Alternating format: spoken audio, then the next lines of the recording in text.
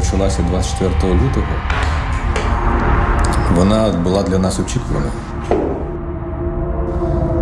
Ми не знали, що це буде саме 24 лютого, але ми до цього навіть трішки готувалися. Це було питання часу.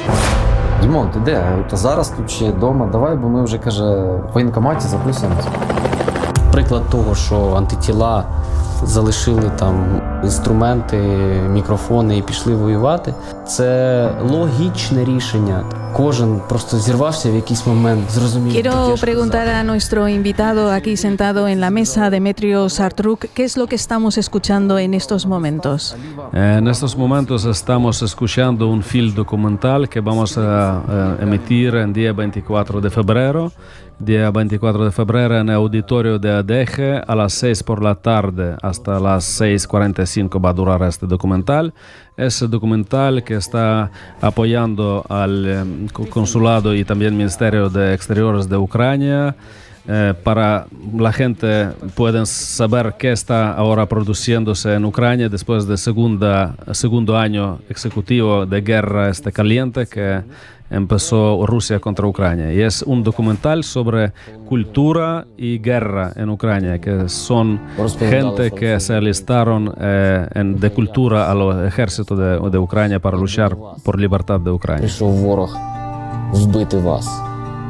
Чи не взяли ви до рук зброю?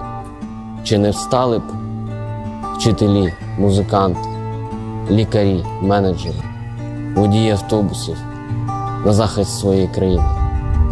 Ми переможемо і відстоїмо майбутнє не лише нашої країни, а й всієї Європи. По-іншому не буде. Слава Україні!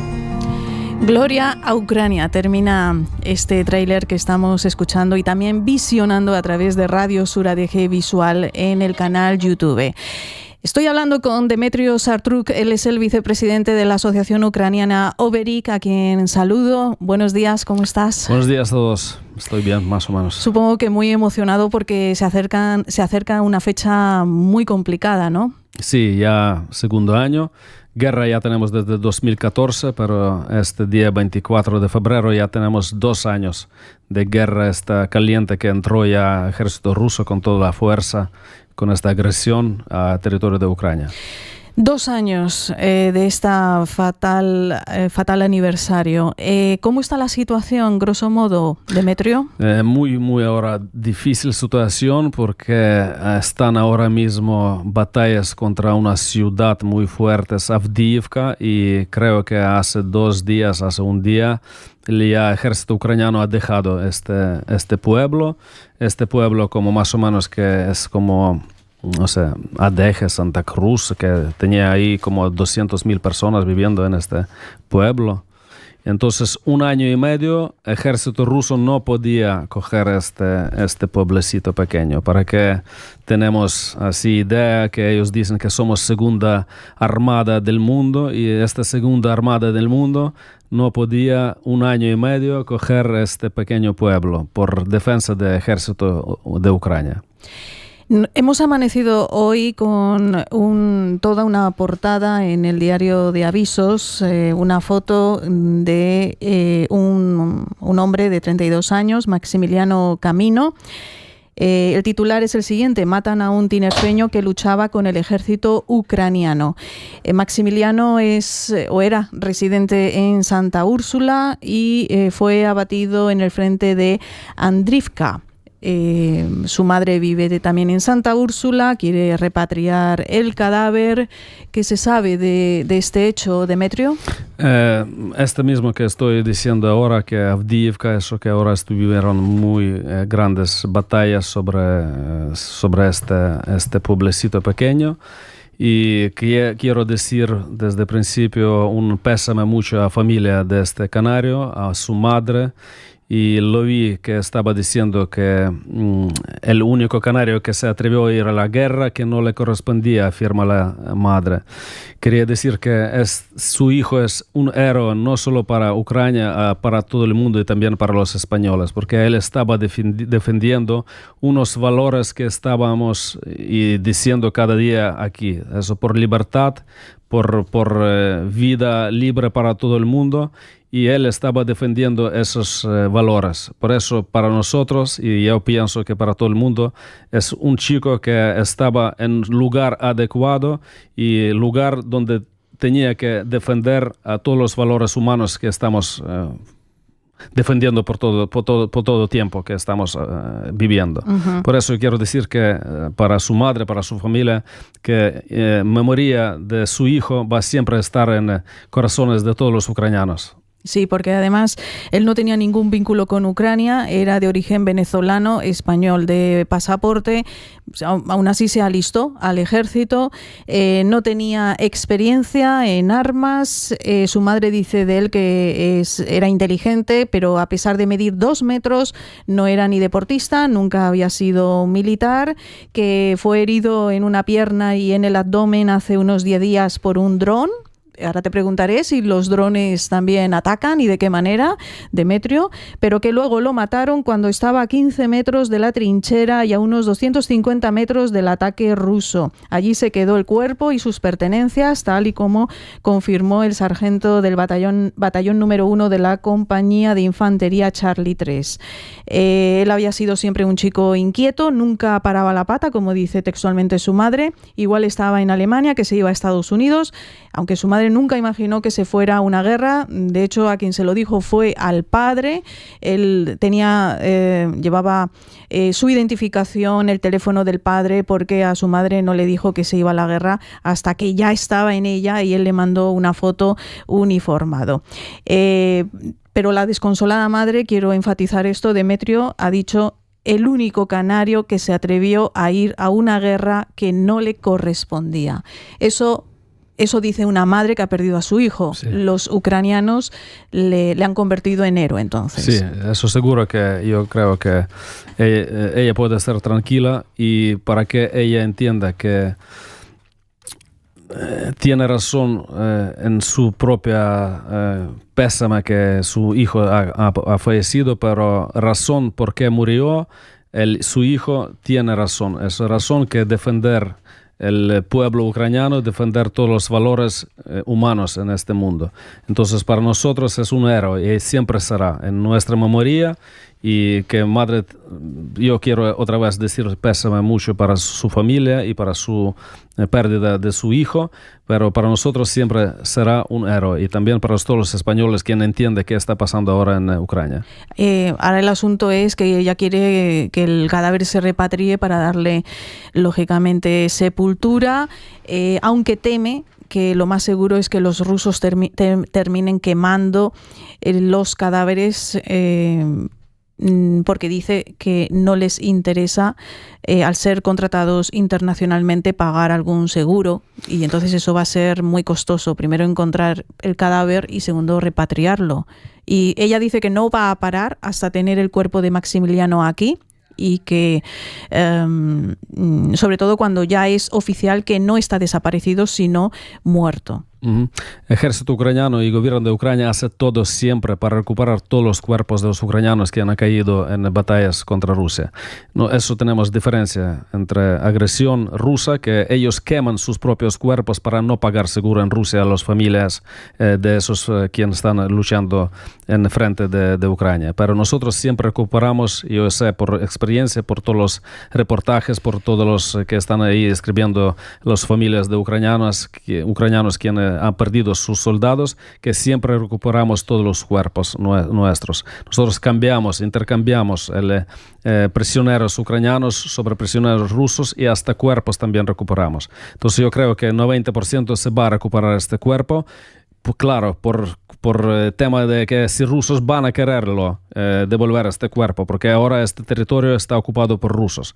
Ellos están cogiendo estos cuerpos y con sus cuerpos nosotros sabemos qué están haciendo. Tienen crematorios esos así que vienen y queman cuerpos propios soldados rusos. Pero yo creo que 90% va a recuperar. Pero también se puede hacer, que esto también existe en la guerra, un trueque, un intercambio entre claro, los... eso yo digo, sí, que cuerpos soldados, también fallecidos. Sí, bueno, sí. Pero rusos no tienen interés en eso, porque si van a recuperar cuerpos de los soldados rusos, ellos tienen que pagar en familias en Rusia dinero por pérdida de miembros de la familia. Pero yo creo que soldados ucranianos que han caído de batalla siempre recuperamos esos cuerpos. O sea, que es una cuestión de tiempo. Sí, eso es solo cuestión de tiempo para que se un poco tranquilice la situación en Avdiivka, porque ahora mismo están batallas muy fuertes ahí. Avdiivka está a 10 kilómetros de Bakhmut, que Bakhmut ha sido devastada. También, sí. Y Avdiivka lo mismo, ahora mismo ya está devastada totalmente. O sea, que ahora mismo hay un caos ahí. Sí, hay un pueblo devastado que no hay ningún edificio que está en pie. Entonces va a ser difícil el proceso, pero... Sí, pero proceso difícil para recuperar solo cadáver, pero ahí en el pueblo no vive ya nadie. Que creo que algunos ya todavía se quedan en sótanos, la gente que no podía por algún motivo salir de la ciudad. Pero cuando viene el mundo ruso se devasta todo, está destruyendo ciudades enteras. ¿Nos puedes decir, Demetrio, geográficamente si está en norte, sur, este, oeste, Avdiivka y Bakhmut? Bakhmut es muy cerca de eso, todavía pertenece a la región de Donetsk. Región de Donetsk es donde está oeste del país, es donde está Donetsk, Lugansk. ¿Suroeste? Suroeste, eso más bien de Mariupol, que también ciudad estaba destruido totalmente. Ahora ellos dicen que están recuperando y reconstruyendo ciudad. Pero eso está oeste del país Ucrania. Eso todavía, para que ustedes entiendan, desde 2014, cuando entraron rusos desde el principio y han hecho anexia de Crimea, luego cogieron esta parte de región de Donbass. Entonces, por 10 años de guerra, ellos todavía no cogieron ni siquiera totalmente región de Donetsk. Y esas batallas están ahí en pleno región de Donetsk. Bueno, no solamente el caso de Maximiliano es aislado, sino que hay muchos combatientes en Ucrania que son extranjeros, que no pertenecen ni les une ningún nexo al país, a Ucrania. Sí, correcto, sí. ¿De todas partes del mundo? Sí, de todas partes del mundo. Muchos también son de Estados Unidos, también son Inglaterra, polacos, muchos, esos de frontera con Rusia, lituanos, países bálticos, checos, esos que se alistaron con propia voluntad. También muchos son de Venezuela, hay muchos también de Colombia que están luchando en parte de Ucrania, porque ellos también un poquito saben qué significa las Unión injusticias sociales sí, y el comunismo y todo esto. ¿Se les paga dinero? Sí, claro, ellos reciben dinero. ¿Un sueldo? Ellos como vienen voluntarios, pero les pagan dinero también, porque ahora ya, antes había estos, cuando tú te alistas voluntario y no te pagaban nada, pero ahora todos están debajo del ejército ucraniano, entonces se paga, paga cada mes. Bueno, Vladimir Putin ha ofrecido una entrevista a un periodista estadounidense llamado Tucker Carlson, que estuvo muchísimos años en la cadena Fox, para ubicarle, ahora es freelance, por decirlo de alguna manera. Y bueno, fue a Moscú, el propio periodista, y le preguntó por qué Estados Unidos financia y arma a Ucrania. La respuesta de Putin, si me pareces, Demetrio, la voy a leer textualmente para que los oyentes lo sepan. Estamos a miles de kilómetros de distancia, dice Putin. Tienen problemas en su frontera, problemas con la migración, problemas con la deuda nacional de 33 billones de dólares. ¿No tienen nada mejor que hacer que luchar en Ucrania? Pregunta Vladimir. Eso, yo no entiendo un poco sobre qué habla, quién está luchando en Ucrania, los americanos o quién está luchando. Americanos apoyan y tienen que apoyar a nosotros porque hemos firmado en 2004 un tratado, el Budapest, donde estaban firmando esos países como Estados Unidos, Alemania, Inglaterra y propia Rusia, que van a proteger a Ucrania por devolver armamento nuclear a Rusia. Entonces, claro, esos son países quienes están apoyando a Ucrania por este tratado que hemos firmado en 2004. Hablando... De 1994, si no me acuerdo, perdona, 1994. Putin sí. también explicó cómo la OTAN ha estado atacando a Rusia y cómo empezó todo. Leo textualmente. En 2008 se abrieron las puertas de la OTAN a Ucrania. En 2014 hubo un golpe de Estado. Empezaron a perseguir a los que no aceptaban el golpe y efectivamente fue un golpe de Estado. Crearon una amenaza para Crimea que teníamos que tomar bajo nuestra protección. En 2014 lanzaron una guerra en Donbass con el uso de aviones y artillería. Aquí empezó todo. Pues puedo decir lo que también ya la vi esta entrevista también y también hay muchos comentarios de parte del periodistas también y de parte del gobierno de ucranianos. Abuelo que está sentado ahí en su búnker de Rusia y está imaginando cosas que no existen y diciendo cosas de fantasía para que pueda decirlo porque nosotros entramos en Ucrania y matamos la gente y necesita inventar algo para que la gente pueda creer en algo. Desde el principio, en 1991, de independencia de Ucrania, ya en Constitución de Ucrania ya hay un punto que Ucrania quiere ser un país democrático, libre y quiere entrar en OTAN. Y eso no empezó de 2008. Pero nunca en ningún caso el OTAN ha abierto el puerta a Ucrania. Yo hablo sobre mi propia experiencia porque yo he hecho en 1996-7 una conferencia en Ucrania, OTAN junto con Ucrania.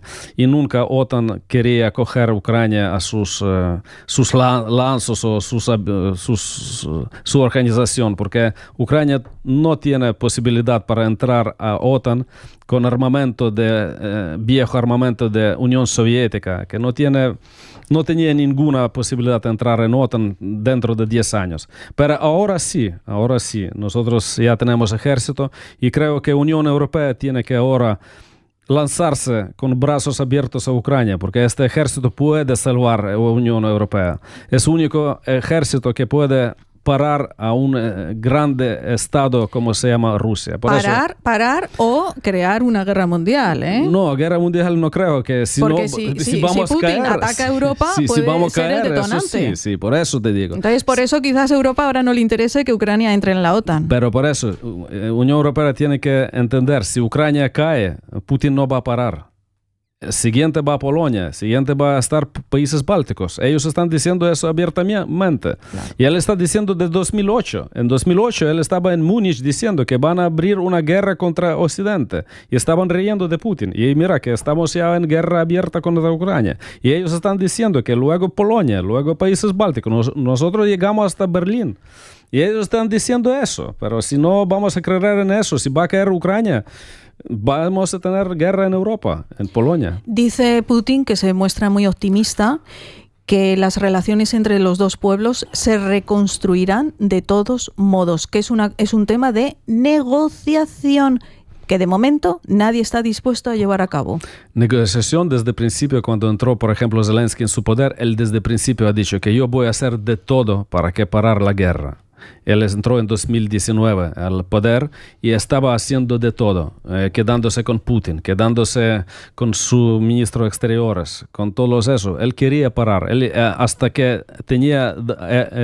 ha dado un orden al ejército ucraniano no disparar a los rusos y ellos estaban disparando a ucranianos y tenían los soldados ucranianos orden no disparar a los rusos. Y eso estaba como casi 2 años, solo por acabar la guerra, pero podemos hacer, como dice el presidente Zelensky, cualquier negociación, pero única opción es devolver territorios ocupados por Rusia, devolver todo lo que cogieron ahí desde 2022 y luego podemos hablar. Eso no va a pasar. Claro, eso no va a pasar. Eso es como si España reclama que Cuba vuelva a España. Sí, pero o las Maldivas también, que vayan a Argentina. Después de Segunda Guerra Mundial, firmados por ONU, que todas las fronteras son así como sagradas, que si algún país entra en otro país con tema de coger el territorio, eso es como abrir la caja de Pandora. Si nosotros ahora dejamos que Rusia coge parte de Ucrania, eso no va a parar. Él va a seguir con cosas. Eso,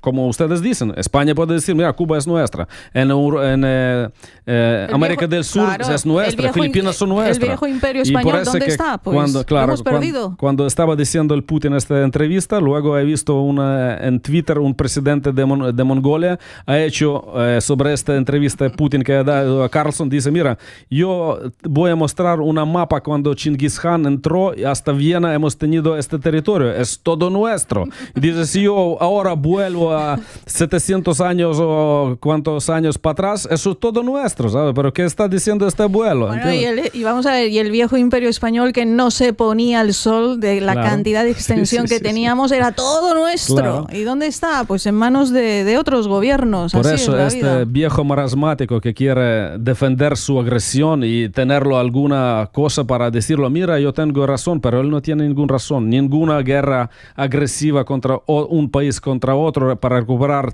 terrenos y coger terreno no tiene ningún sentido lógico. Ujú. Otros dos acontecimientos que han ocurrido en estos pasados días, Demetrio, tienen que ver con dos supuestos asesinatos, ¿eh? Y digo bien supuestos, ¿vale? Para no meternos en líos. Y es la muerte súbita, de la nada, de Navalny, un opositor ruso que estaba cumpliendo condena en una cárcel, si no estoy mal informada, de Siberia o para allá para el Polo Norte, Sí, por donde ahí, hace sí, mucho sí, frío, sí. donde hace Sí, mucho es frío, correcto, sí. que le llevaron a esa cárcel, supongo que como medida de castigo extra, por el frío que hace allí, porque no es fácil soportar esas temperaturas. Bueno, pues nada, que ha muerto. Ahora su viuda está reclamando justicia a Putin, da por hecho que le han asesinado y le han cancelado a la viuda para que no se exprese, porque ya ha concedido también entrevistas y ha declarado muchas cosas incómodas para el gobierno de Putin. Le han cerrado la cuenta de la red social X. ¿Qué ha pasado con Navalny? ¿Quién es Alexei Navalny? Alexei Navalny no es ni último ni primero quien ha sido asesinado por el dictador Putin. Antes era Nemtsov, es un político que asesinaron directamente al frente de Kremlin, quien también estaba contra la política de Putin. Antes era un tal periodista Novodvorskaya que también ha dicho sobre temas de genocidio que estaban haciendo rusos en Chechenia, en Georgia. También ellos estaban todos matados por Putin. Navalny es uno de ellos quien ha levantado la voz para salvar la nación rusa contra la dictadura de Putin. Y acabó como otros. Entonces, lo que quiero decir que si no se levanta el pueblo ruso, y eso es casi imposible, porque el país Rusia ha salido de Unión Soviética y tenía un periodo de así entre cuando estaba Yeltsin presidente, un poquito respirando libertad y todo, pero otra vez llegaron de KGB el Putin y metido el país otra vez en esta dictadura. Muy difícil que se va a producirse algo en Rusia para que levante ese pueblo contra Putin. Eso tiene que ser solo que cuando no va a estar comida, entonces luego solo se puede levantar el pueblo ruso contra la dictadura. Pero es que en Rusia no hay libertad de expresión. Correcto, sí, ¿Alguien puede ir a la Plaza Roja de Moscú a manifestarse, a protestar o a levantar un papelito con un enunciado que sea algo incómodo para el régimen? No, eso se meten directamente en cárcel. Había así, solo ayer yo he visto que la gente ha salido para apoyar contra el Putin y apoyar el Navalny, la muerte de Navalny en propia Plaza Roja, y había muy curioso porque una mujer estaba diciendo que estoy contra el Putin y policía cogía directamente, y otra mujer estaba diciendo yo estoy a favor de Putin y policía llevó a ella también, ¿sabes? En lo mismo, riendo, pero no es por para eso reírse. estuvimos riendo todo, macho. ¿Pero qué es eso?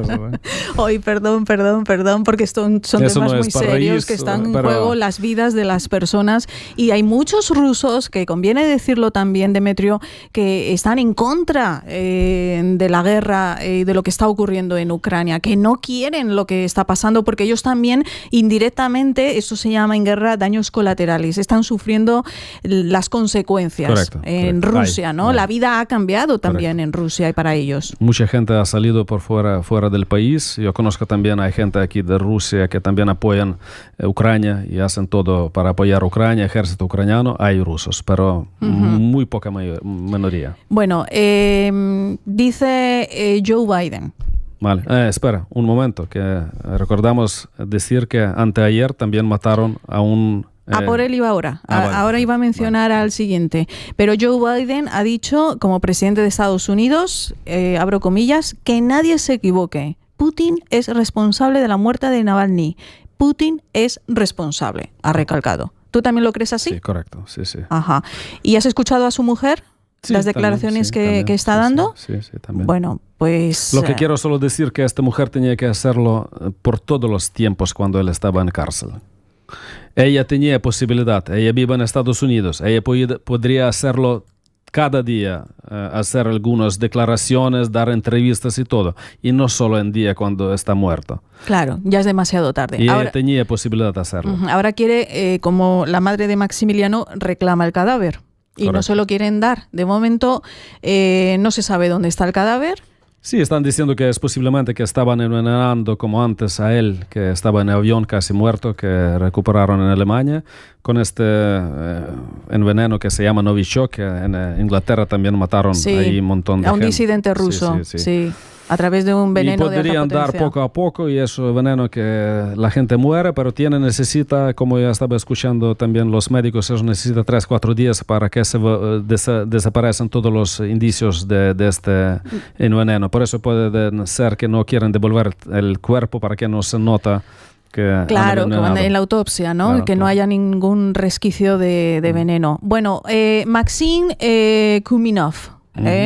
Que desertó del ejército ruso, era piloto, esto lo hizo el pasado agosto, luchaba en el frente ucraniano hasta que finalmente dijo, voy a poner tierra de por medio y me voy a Villajoyosa, provincia de Alicante, a Sí, vivir. Pues le han asesinado. Ese tema muy interesante porque yo como explicaba que el gobierno de Ucrania tiene un programa para los soldados rusos, quien quiere rendirse, pero si se rinde con alguna técnica, por ejemplo tanque, con un helicóptero, con un avión, ellos pueden recuperar, ellos pueden también coger dinero.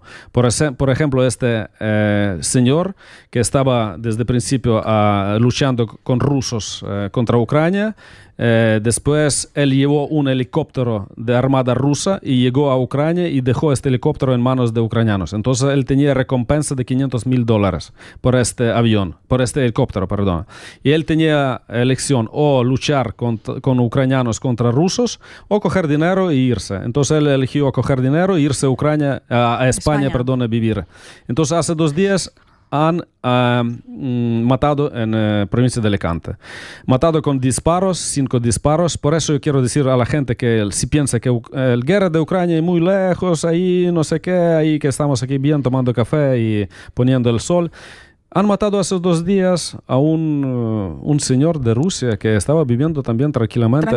Le mataron a las puertas de su urbanización y de hecho los testigos oculares apuntan que el vehículo con el que huyeron los supuestos asesinos le pasó por encima, o sea, fue sin ningún tipo de clemencia. Iban a por él y se lo cargaron. Pero ¿quién le ha matado? ¿Los ucranianos? No, ucranianos o los rusos? No, eso seguro que rusos, porque ucranianos protegen a la gente cuando vienen y mejor para él quedarse en Ucrania, claro, pero que si tú vienes a otro país vivir y encima que te pones en contacto con alguna novia suya de Rusia que quieres que ella viene también en España, pero servicios secretos rusos trabajan también muy bien. De todas maneras, Rusia trata a los traidores por el Kremlin de una forma, vamos, sin compasión. Sí, pero estamos en territorio de un país como España y matando a la gente en territorio de España que hace servicio ruso, eso es poco, no sé, no tengo palabra para eso. Pues Kuminov, ¿se dice así? Kuzminov. Era ruso, pero portaba identificación falsa como nombre ucraniano. Ucraniano, correcto. Han dado pasaporte ucraniano a él. Sí. 28 años tenía. Sí, correcto. Demetrio, tenemos ya que despedirnos hasta una próxima ocasión. Porque venir día 24 a ver esta película documental. A las 6 esperamos a todos porque hay subtítulos españoles y se puede también la gente venir y mirar qué está pasando con la gente, quienes están luchando y defendiendo valores Es gratuito, ¿verdad? Gratuito. ¿Cuánto dura el 45 documental? minutos, 45 minutos. Subtítulos españoles. En la sala contemporánea del auditorio de ADG, este sábado a las 6 de la tarde. Perfecto. Entrada gratuita. Gratuito. Es un documental que vale la pena. Correcto. Muy bien. Demetrio Carlos Artruc, volveremos a hablar, ¿no?, a lo largo del tiempo. Siempre cuando queráis. Muchas gracias. Gracias a ustedes. Hemos estado con el vicepresidente de la Asociación Ucraniana Oberik, la asociación más grande de ucranianos que hay aquí en toda Canarias. Y una de las más grandes, yo creo que hasta de España. Nacional, sí. No, hay muchos también, hay muchos. Sí, en pero la Ucrania vuestra también, es pero muy en fuerte, Canarias, sí, es sí. muy fuerte. Gloria a Ucrania y gracias por invitar. Vamos a publicidad y continuamos.